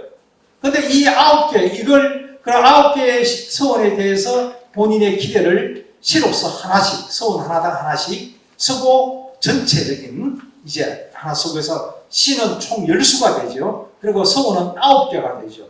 흔히 요거를 퇴계 선생의 서원 10영이라고 읽습니다. 10수의 시죠. 퇴계 선생의 서원 관계된 10개 시인데, 본인이 관계한, 회견한 서원 설립 운동 일종의 1차 성과죠. 1차 성과인데 너무나 기쁜, 또 가슴 뿌듯한 그런 마음으로 축하시를 하나씩 써준. 근데 바로 영경서원, 요 안에서는 화암서원으로 나오는데 9번째, 제일 막내 서원이에요. 막내 서원이 바로 화암서원입니다. 그래서 영경서원이 소위 말하는 별 볼륨 없는 서원이 아니에요. 족보가 있는 서원이에요. 굉장히, 그러니까 우리가 잊어버려서 그렇지, 굉장히 족보가 있는 서원입니다. 그냥 대구 지역에 있는 서원 이런 게 아니고, 그래서 나중에 한강 선생도 뭐 여러 변명의 글을 써놨어요. 여기에 도동서원이 안 들어가 있거든요. 이때 도동서원이 이제 사익청하고 막 이럴 무렵이고 이럴 때예요. 요번에 갔던 도동서원 그 위치가 원래 도동서원 설립 위치가 아니에요. 훨씬 더 안쪽에 있었어요. 그것도 임진왜란 때 불타고 다시 복원할 때 주도했던 게 한강 선생이에요. 그래서 우리가 이 역에서 서원에 누구를 취향했느냐 이상으로 나는 중요하다고 생각하는 게 이 서원이 어떻게 설립되었고 어떻게 유지되고 했는가 보려면은 누가 배양되었는가예요. 이미 설립 모셔진 분은 죽고 안 뒤잖아요. 그렇잖아요. 서원 설립할 때 자기가 있으면 내 서원 안 세우잖아. 죽고 나면은 이제 공의에서 누구를 모시자 하면은 누가 주도했는가. 실은 서원의 설립 주체는 그 모셔진 사람이 아니에요. 주장된 사람이. 그리고 또 이후에도 서원이 있다가 무너지고 다시 세워지고 하면은 돈 내는 사람도 있을 것이고 공적 채용 사람도 있을 거 아니에요. 이런 사람들을 보려면은 누가 배양되었는가요. 그러니까 이 도동서원 같은 경우도 우리가 같은 도동서원도 한옥당 기구를 세웠어요. 그리고 그 임진왜란 때 불탔고 다시 임난 후에 세웠는데 누가 세웠는가? 누가 그 새로 중건 후에 여러 설립만이 아니고 운영의 중심이었는가? 한강 정부 선생이거든요. 그러니까 한강 선생이 죽고 나니까 바로 배향이 되는 거야. 이제 둘째 자리로 올라가는 거예요. 그래도 이제 격이 한강 선생의 할아버지의 장인이거든요. 왜 진외 정조예요. 진외정조가 아니고 진외 정조고 한강 선생으로 보면 외정손이죠. 외정손이 되고. 그런데 한강 선생이 원래 그 청주 정신은 청주도 보니 그렇지만 원래 서울 사람이에요. 한강 선생 때문에. 근데 이 사위가 되고 하니까 처가고수로 온 거예요. 처가고로 왔으니까 정치들이 무슨 세력 근거지가 없잖아요. 서정만 보고, 근데 서정도 사약 받아버렸고, 그래가지고 그 딸이 남편하고 친정으로 온 거예요. 연고가 없죠. 내세울 거는 한강 선생밖에, 한원당 김경필 선생밖에 없는 거예요. 근데 사약을 받은 사람인데, 처음에는 그렇게 내세우기도 쉽지 않죠.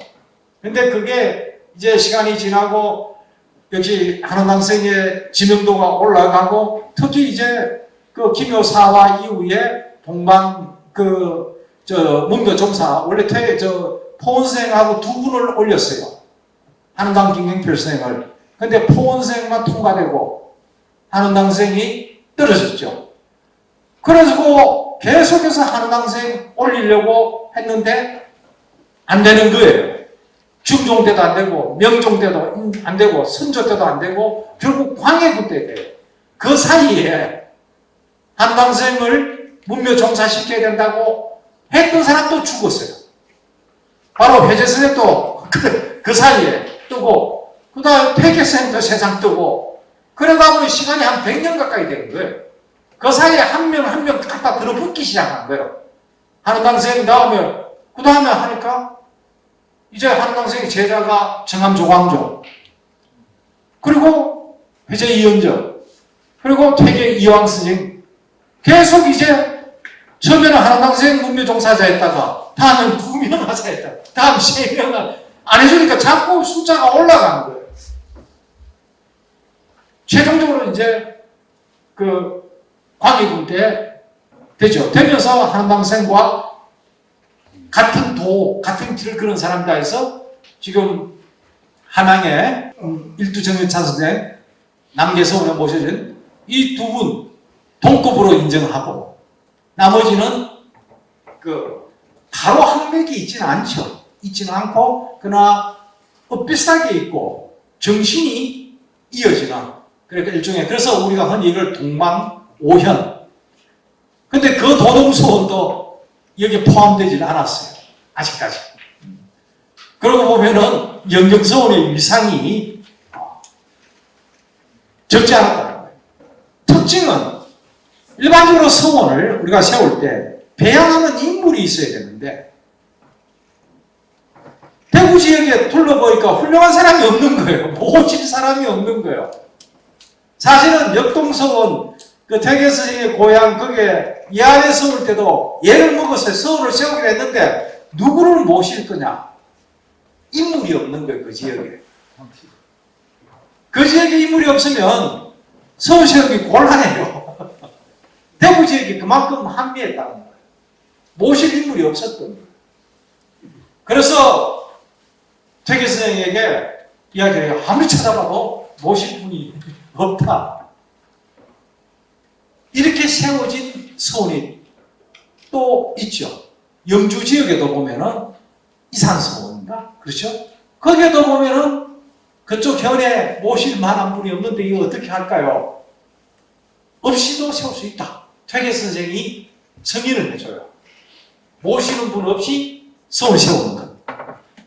그처럼 영경서원도 설립 때 사당이 없어요. 원래 서원은 모시는 분 사당과 교육공간 1인데 설립이 그러니까 순수 교육 목적으로 세워진 한국의 몇 안 되는 독특한 서원이에요. 그것도 서원사에서나 굉장히 중요한 거예요. 그럼 그걸 통해서 대구가 얼마나 별 볼 일 없었던가를 알 수 있는 장면. 서울에 모실 인물이 안 그러면은 많은 곳은 막 서로 막 모시려고 막 경쟁이 붙어 뭐 터지라고 싸우는데 대구는 아무리 눈 닦고 봐도 모실 분이 없을 정도의 지역이었다. 우리가 그게 단적으로 말해주는 겁니다. 대구가 그런데 일약 20, 30년 뒤에 30년 뒤에 도읍이 되는 거예요. 그러니까 그 전 단계 대구는 그런 단계였다. 1세대 우리 그 분들 중에 이제 대동 선생이 그래도 중앙에 진출한 분이고 근데 사실 진출하셔서 대구 안 돌아오셨어요. 못 돌아오셨죠. 뭐 올해도 못 사셨고 관직 생활하다가 서울에서 그래서 요 영경서원 설립 초기에 설립과 설립 초기에 영향을 미쳤고 이제 미처 이제 서울로 못 간 이 지역에 남은 분들이 1세대군을 형성하는데 이제 이분들이 이제 설립 주체들이고 그리고 이제 2세대로 가서 1세대와 2세대 이분들이 임진왜란 전 그러니까 설립이 되고 한 30년 정도 되죠. 그 사이에 그러니까 영경서원 설립 초기에 그 서원 경영을 하게 되면서 대구에 이제 외부에 씨를 뿌린다. 이 말이 맞겠죠. 씨를 이제 뿌립니다. 그리고 이제 임진왜란이 그래서 중요한 전기가 되죠. 그 영경서원은 불타요. 불타버리고 그리고 전쟁이 끝난 무렵에 묘한 것이 대구 부사의 우보 정경세 선생이 대구 부사로 오게 돼요. 근데 전쟁이 끝날 무렵 겨우 이제 강당 공부 사람 앉을 만큼 복원을 해서 다시 강학을 시작한 거예요. 근데 이 말씀드린 대로 임진왜란 중에 이 영경서원 출신들이 곳곳에서 의병장이 되죠. 그 곳곳에서 의병장이 되어서 연합 의병진을 구성하게 되고 그게 공산회맹이라고 부른다. 그리고 또 공산회맹은 팔공산 방어를 하다가 이 지역만이 아니고 일부는 또 홍희 장군 곽재우 그쪽 전투에도 그게 화왕산 창녕에 그쪽으로 비슷한 남쪽으로 있지 않습니까? 일본 그쪽으로도 또 참여를 하게 돼요. 일부분이 이렇게 하면서 이제 임진왜란 중에 영경서원 출신들이 단순히 학문적인 것만 아니고 뭔가 자신들의 이 지역적 입지를 굳힌 거죠. 지역적 입지를 굳히면서 뭔가 이제 되고 그런데다 그런 분위기 속에 영경서원 복원해서 다시 재결집하고 그런데 도읍도 이쪽으로 오게 된 거예요. 1600년에 감영이 이쪽으로 오게 되면서 자연스럽게 그 세력들이 이제 형성이 되겠죠. 이런 상황에서 이제 이 이 임난이 끝나고 감령이 들어오고 이제 서원이 복원되는 과정에서 대구 부사 우복정경세 선생이 바로 서예유성룡이가 바로 퇴계 이황, 퇴계 이황 선생에서 흔히 학명을 이야기할 때 서예유성룡, 그리고 우복정경세, 그리고 또 그걸 개성하는 사람이 유성룡의 그 삼남이죠. 수암유진. 이게 바로 또 정경세 선생님의 제자로 들어가요. 그러면서 삼남이고 하니까 아예 사는 곳을 상주로 옮겼죠. 지금 상주 낙동에 바로 수암 종가가 있죠. 우복 정경세 선생님도 상주 출신이죠. 그래서 서예 학맥이, 서예 그 하회마을 풍산 유시들도 안동을 기준으로 해서 보면은 서쪽이죠. 점점 더 서쪽으로 가게 되는 거예요. 예천을 거쳐서. 성주로 퇴계 선생의 서예 유성룡으로 내려간 항물은 낙동강을 따라서 이 하회에서 상주로, 그리고 후손들도 이 낙동으로 수암 유진 선생이. 그래서 특히 낙동에서 많은 인물들이 나오죠. 풍산유시의 후손들 중에 바로 수암 후손들 중에서 나중에 가게 되면은 뭐 3대, 4대가 참 대단한 학자들이 나오게 되고, 학자들이 줄지어, 개당 유주목 선생, 이때, 유후조, 낙화 유후조, 또 해서 유심춘, 뭐 해서 쫙 그게 집안의 종손에서 그렇게 나오기 쉽지 않아요. 종손은 인물이 잘 안 납니다. 근데 대를 이어서 종손에서 그렇게 근데 한 1년 전에 한번 가보니까 집은 잘 따던 나한테 펴처럼 아무도 안 살고 해서 굉장히 쓸쓸한 마음으로 제가 몇 분 방문했는데 근데 한 1년 전에 가보니까 아무도 안 사는 것 같아요. 참 안타까운 그런 생각이 들었습니다. 정말 명문가죠. 그런 집안이 명문가입니다. 바로 이쪽으로 바로 정경세가 이런 분이죠. 그래서 학맥 연결성도 한번 생각해 볼 수 있어요. 여기 와서. 그리고 나중에 바로 여기 강학 잠깐 참석하고 이래 했다는 걸로 배양돼요. 우복 선생이. 그러니까 임진왜란이 끝나고 영경서원이 서고는 사당이 서요. 사당이 서면서 바로 퇴계 선생을 주양하는 거예요. 그러니까 그러면 영경서원이 퇴계 선생 저기 있는데 왜 안동에 있는데 왜 여기 모셨는가? 설립의 배후 그러니까 인물이랑 이것 때문에 모셔진 거예요. 아무나 이런 모실 수 없어요. 무슨 연고가 없이는 아무리 그걸 해도. 근데 퇴계 선생이 어떻게 대구 지역 영경서원에 모셔질 수 있는가? 할 때 설립에 그리고 바로 서원 시병 그걸 보여주다시피, 그리고 설립 주체 두 사람이 퇴계 선생의 제사. 그리고 또 기문도 원래 처했죠. 그런데 기문을 할 때는 거의 다 서다시피 해서 서달라 하지 않습니까? 그러니까 매암 이승양 선생이 작성을 해서 대충 내용은 이런 걸로 쓰시면 됩니다. 기문을 좀 지어주시지 하니까 퇴계 선생님 잘 썼네. 그걸 조금 다듬어해. 그러니까 기문이 결국 매암 이승양 선생이 쓴 거예요. 근데 그러니까 이런 관계니까 끝나고 난 뒤에 퇴계 선생이 자연스럽게 모셔진 거예요. 그리고 전쟁이 끝나고 난 뒤에 영경서원 복원의 중심 세력이 대구의 2세대 유학자들이었지만 실은 이 사람들이 선생으로 또 맡들었던 사람이 누구냐 하면은 그리고 결국은 한강정부 선생 아닙니까? 그러니까 한강 선생이 돌아가시고 배양이 되는 거예요. 또 그림도 어떻게 됩니까? 퇴계 한강이라는. 우리가 퇴계 학맥 이야기할 때 퇴계에서 크게 세 갈래 이야기를 하죠. 퇴계에서 서예, 좀 전에 이야기한 대로 그렇게 내려가는 학맥. 이걸 병산서원에서 나중 후대에는 병산서원파에서 병파. 그리고 퇴계 선생에서 학동 김성일 선생으로 내려가는, 또 학동 김성일 선생은 호계서원하고 실은 그게 다 모셔져 있었죠. 그런데 이제 학동서원이 나중에 다 회철되고 이래 되죠. 그렇게 되면서 이 호계서원은 결국 다 모셔져 있었지만 서예 선생이고 학동 선생의 서원처럼 인식이 되어 있죠. 그래서 호계서원하면 학동서원이, 그래서 그걸 호파 이렇게 부르죠. 그러면서 계남 장흥교라든가 가람 이현임 이쪽으로 내려가는 대산 이상정, 이걸 호파 이쪽 부르고, 또 한쪽이 바로 낙중 출신으로서 한강정구생이 들어가게 됩니다. 그 대구는 이쪽으로 해서 한강생의 맥을 타고 퇴계 항맥으로 이어지는 이런 항맥 계보를 형성하게 되는 거예요.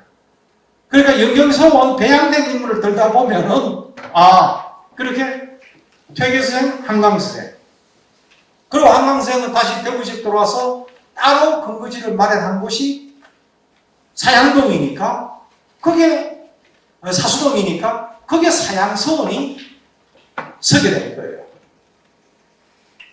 근데 이제 이 영경서원에 보면은 우리가 서원에 모실 때 주향이 누구냐 이래 나오죠. 그러니까 뭐 퇴계 선생의 도산서원, 그러면 거기에 배향은 월천 조목 선생 이렇게 되어 있는 거예요. 그러면은 주향, 배향, 주향이 이래 되면은 배향은 격이 하나 낮은 것이고, 격이 하나 낮은 겁니다. 그래서 위패를 모실 때도, 배향을 할 때도 중앙에 놓고, 배향도 한 인물이 있고 여러 인물이 있고, 그럼 주향을 가운데 놓고 배향을 왼쪽 오른쪽 이래 놓기도 하고, 아니면 더 낮으면은 같은 방향을 안 하고 아예 꺾어서, 곡배라고 하죠. 꺾어서 요걸 다 격을, 이 주향된 분과의 위상을 어떻게 해야 될까, 이 싸움이 엄청납니다. 그래서 주향된 분하고 동급으로 들어가겠다, 요거는 병향이에요. 병향, 동급으로 들어가겠다. 대표적으로 이 시비가 일어나고 한 게 영천의 인고서원이에요. 포원 선생이 모셔졌는데, 영천 포원 선생 고향이고 태어난 곳이고 하니까, 그런데 인진전환 기간 중에 연 장영광 선생이 거기에 굉장히 기여를 많이 하고, 다시 또 교육과 중건과, 그리고 그 제자들이, 연 선생의 제자들이 쫙 깔려요. 영일 정신들도 줄줄이 이제 연 선생의 제자가 되고, 그래서 이제 연 선생이 돌아가시고 난 뒤에 인고서원에 연 선생을 모셔야겠다. 어떤 격으로 할 건가? 특히 연 선생 같은 경우는 좀 독특하신 분이죠. 나는 학맥도 없다. 나는 공자를 직접 개성했다. 우주사업, 나야 하는 일은 어찌 보면 여러 선현들도 좀 내려보는 듯한 좀 그게 있어요. 그러니까 포원생 서원, 인고서원에 모시는데 인동장씨나 이쪽, 그리고 그쪽 제자들, 주 제자들은 어떻게든 동급으로 올리려고 한 거예요. 포원생과. 근데 생각하기에 연 선생을 포원생과 동급으로 해도 될까? 병향서원으로 해도 될까? 논란이 일어나고 야단이 나고 했죠. 결국 그래서 또 영천 유림 중에 일부 중심 세력이 보니까 지산 조호익 역시 퇴계 선생의 그 제자지요. 그 털을 잡은 이쪽에서 보니까 반대가 세더라고요. 세서 뜻을 못 이루고 결국 요 근자에 인고서원에서 연 선생의 위패를 빼와버렸다고 이야기를 하다. 수백 년 결국 이제 배양 위치로서 병양은 못 되고, 금호서원 양생 모셔진 서원에 가보면은 양 선생하고 일렬로 쫙 서 있어요. 동급이라는 이야기예요, 이거는. 그래도 물론 제일 왼쪽에 있는 분이 제일 높지만은, 그래도 이거는 동급으로서 1, 2, 3, 4, 이렇게 병양이고, 배양은 한 단계 낮은데 낮은 것도 곡배냐, 또 어느 정도 가까이냐. 그런데 바로 여기에 영경서원의 한강정구 선생과 이 우복 정경채 선생이 배양이 돼요. 이게 이제 중건 과정과 관계되어 있고, 대구, 부사, 뭐 여러 생각을 하지. 뭐 당연히 한강 선생이 들어온 거는 당연한데, 이제 우복 선생이 들어온 거는 그 당시 대구 무술을 해서 그런가? 아니면 한백적 유사성이 있는가? 그리고 설립자 두 분, 그 매암 선생과 매암 이순양과 이 개동 정경창 선생은 본 사당에 들어가지를 못해요.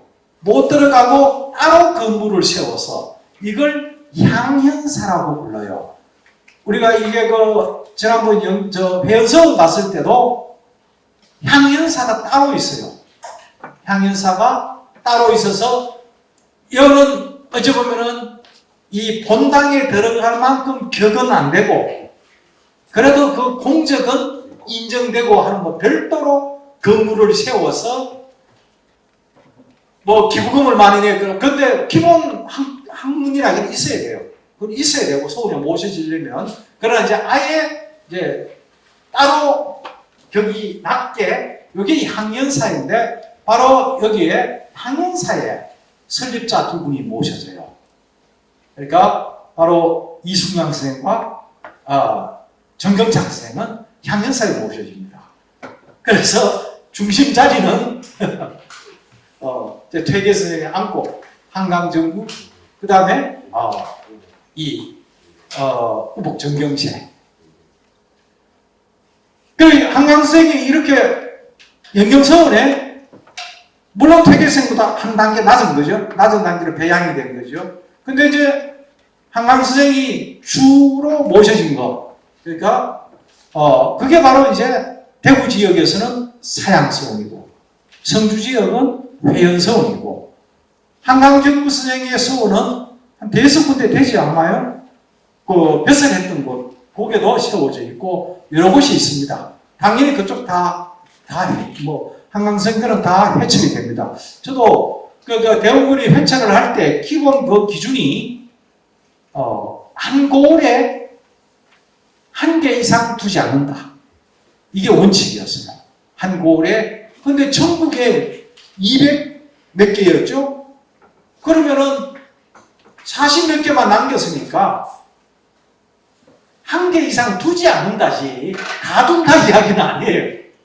그러니까 대원군 때 회찰 때 성주 지역 같은 경우는 하나도 남지 못하고서 다 회찰돼버린 거죠.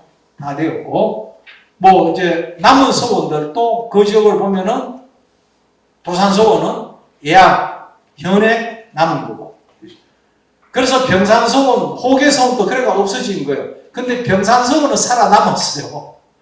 크게 보면 안동이잖아요. 그때 그 정성이 그 서원 철폐할 때 정성이 바로 서예 유승룡의 후손인 낙동 후손이죠. 바로 낙화 유후조 이분이 그때 우의정인가 그랬어요. 속이 탔다고 해요. 자기 할아버지 서원이 날아가기 생긴 거예요. 안동이 한 개 못 얻어야 되니까 누가 봐도 도산 서원이지. 호계서원도 날아갔는데 병산서원도 날아갔는데 그 이야기들이 있습니다. 그래서 그렇다고 우리 할매 서원 그 원칙에 위반되는 거니까. 근데 안동의 서원 도대체 몇 개예요? 안동 서원은 아마 100개도 넘었을 거고 그 당시에 다 미쳐되는데 병산서원이 살아남죠. 그 논리가 이제 예암현을 구분해서 이미 속행이 되어 있었는 사실상 그래서 어쩌면 봐준 거죠. 참 이 조치 총 수행해야 되는 책임자가 유후조인데 자기 손으로 자기 할배 서원을 없애야 돼요. 근데 실은 대원군의 자기 조상 서원도 없애버렸어요. 그때 다 없애버렸어요. 그러니까 뭐 유후조가 뜰 수밖에 없죠. 임금 대원군 자신이 자기 조상을 없애는데 우리 조상 살해달라 소리 할 수 있는 그런 회철 과정도 그런 내막들이 있습니다. 그래서 한 군년에 한 고을에 한 개 이상. 근데 회연소원 이런 것도 다. 근데 도동소원은 살아남고 문묘 배양된 분들 거는 한 개 다 남겼어요. 문묘 배양된 분들.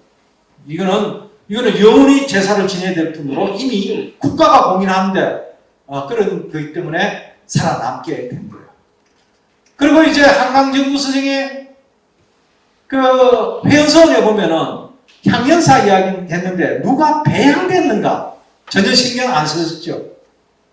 바로 요 칠곡의 광주 이시 그 이윤우라는 분이 모셔져 있어요.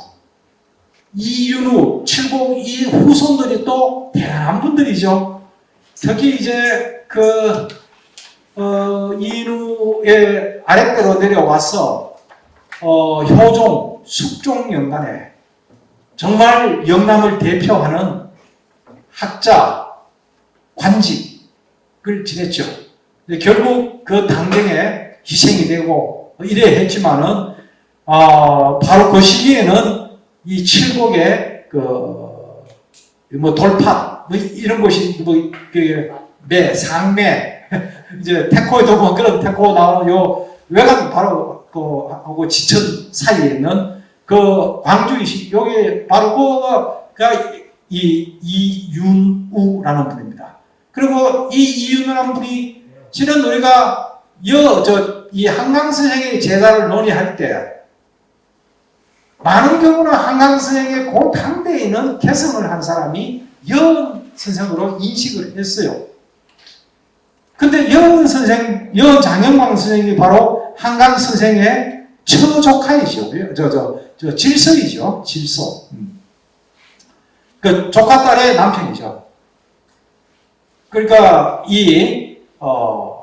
여은 선생 입장에서 볼 때 한강 선생은 처삼촌이죠. 그래 참 가깝고, 근데 나이도 나이가 차이가 얼마 난다지만 한 10살 되면 옛날에 제자, 두세 살도 제자가 되는 수가 있어요. 근데 나이로서 이야기할 수는 없고, 근데 학문 성향이 좀 달랐다. 이래 볼 수는 있는데, 어쨌든 살아서 두 분은 더없이 꼭 스승이다, 제자다, 이런 것보다도 또 친족이다, 이런 걸 떠나서, 누가 봐도 한강 선생의 그 계승자는 여은이라고 봤는데, 여은 선생이 인고서원에서도 그런 모습이 나타났지만은 그 후계자들이 우리 선생님은 너무나 우뚝하시다라는 생각을 갖고 있었던 것 같아요.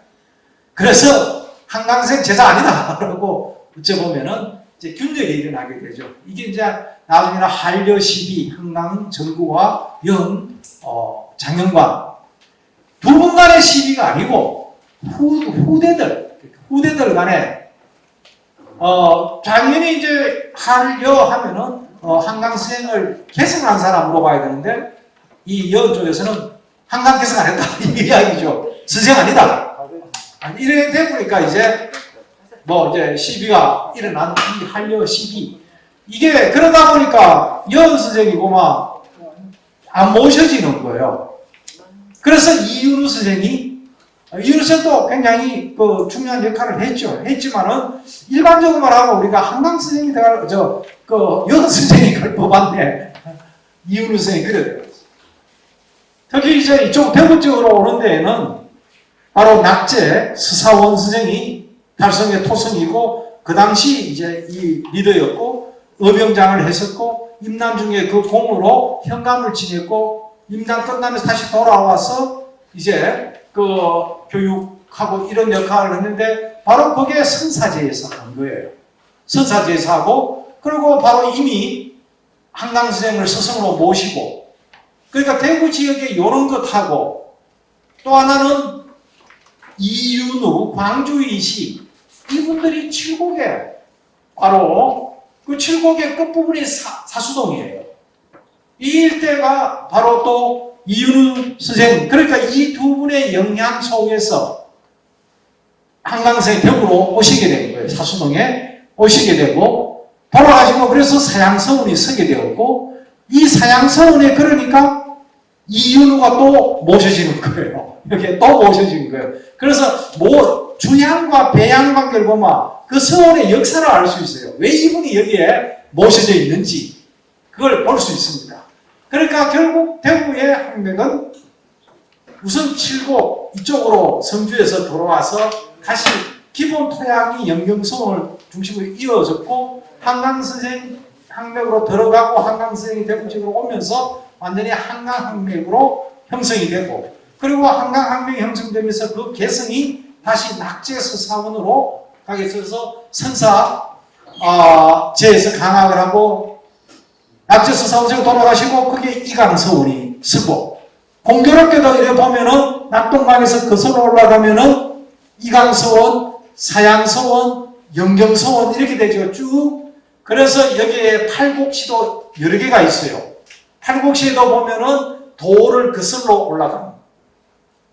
도를 거슬러서 올라가면서 먼저 서사원 선생 만나고 한강 선생 만나고 퇴계 선생 만나는 어떤, 그리고 이 강 이름을 금호강이라고 부르지 않고 이수.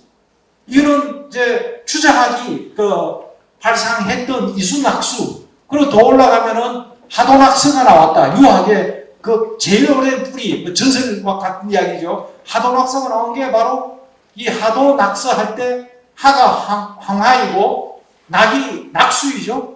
그리고 또 낙수와 더불어 일학 이렇게 많이 쓰죠. 이수낙수. 이게 다시 황하로 합류를 합니다. 그러니까 유학이 원류란 생각이에요. 그래서 이전에 또 이 금호강을 이수라고 불렀고 낙동강과 그래서 낙수와 이수. 그래서 이 이강서원 이도 바로 거기서 나온 거죠. 정이천에 있잖아요. 정이천도 자기 고향 강 이름이 이천이라서 호를 이천이라고 한 거예요. 그래서 지금 동네도 이천동이 있지 않습니까? 이강서원 이천동 바로 거기 있지 않습니까? 동네는 이천동이에요. 산은 뭡니까? 공자가 태어난 곳이죠. 공자가 산 곳이 사수예요. 수수사수. 그게 공자 무덤이 가는데 그 곡포에 가면 그 조그만 네같이 생겼어요. 그게 사수수수. 사양동, 사수동, 강도 거기서 붙여진 이름이죠. 공자, 주자, 정이천 이 일대 요걸 자기들 일종의 자연 공간을 그러한 유학 공간, 문화 공간으로 만들고 거기에 배를 띄우고 수없는 선유놀이들이 있고 그 선유놀이의 한 그림으로 후대했죠. 그리고 그 시지은 거, 그리고 그게 남아있습니다. 이게 그 낙제 선생 그 선사제 강학을 다시 시작하면서 축하 모임을 한 거예요. 그래서 이 일대 유학자들이 다 모인 거예요. 여은 선생도 물론 이 꿈이 그쪽에 성산에서 인동에서 오게 되고 여러 이 일대 그래서 성사선유 그림도 남아 있습니다. 거기에 참가한 사람들을 보면은 이 당시에 대구 지역의 지식인이 누군가를 거의 다 알 수 있습니다. 성시로 보면은 이쪽으로 보면은 성주 도시들, 그 다음에 여시들 그리고 우리 요번에 방문했던 전희시 하목정 그것도 선사 선유에 참가를 합니다. 제가 그날 얘기했지만 제일 늦게 왔고 시를 못 지어서 벌주 마시고 이런 이야기들이 막 나옵니다. 여기 보면은 그리고 그 선유가 이루어진 곳은 이강서원, 이 커버터는 낙동강이 서쪽으로 금호강 가다가 남쪽으로 계명대학 쪽으로 트는 그 절벽 밑에 거기에 배를 띄워요. 거기에 선사제이고 그래서 어디까지 하냐면은 지금 그 성서대교입니까? 거기에 보면은 일학서당이 있죠. 그것도 일학서당이라고 붙였잖아요. 그 일학서당 그 밑에로 해서 강정으로 들어간 거예요. 강정. 원래 그게 부강정이 있었어요. 부강정. 강에 떠 있는 것 같다 했는데 붙자 떼버리고 강정이라고 하는 거예요. 그리고 강창이라고 부르는 거는 거기에 교통이 발달하니까 그 여러 가지 세금이나 이런 거 모아놓은 창고가 있었던 거예요. 그게 강창이에요. 강창이고 강정은 부강정. 정자를 먼 데서 보면 물 위에 떠 있는 것처럼 보인다. 이제 이래서 부강정인데 그것도 이제 지금 사라졌죠. 지명만 강정. 매운탕 유명한 곳으로 봐. 지금 남아있는 그 강정이 되었고 거기를 뱃놀이를 하는 거예요. 근데 금호강 중에 또 유명한 뱃놀이 지역이 당연히 아양교 밑에 있잖아요. 아양교 밑에로 해서 그 동호 지역의 선유도 유명합니다. 그리고 또 유명한 게 금호강과 낙동강이 합류하는 사문진나루 그 절벽 밑에 거기에도 뱃놀이가 끊임없이 이어져요.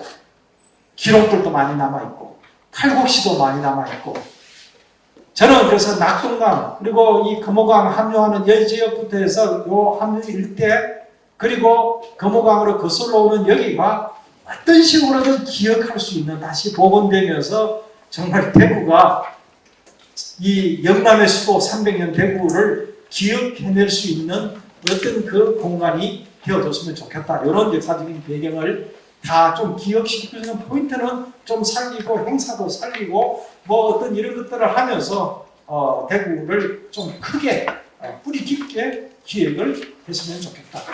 이런 생각을 가지고 있습니다.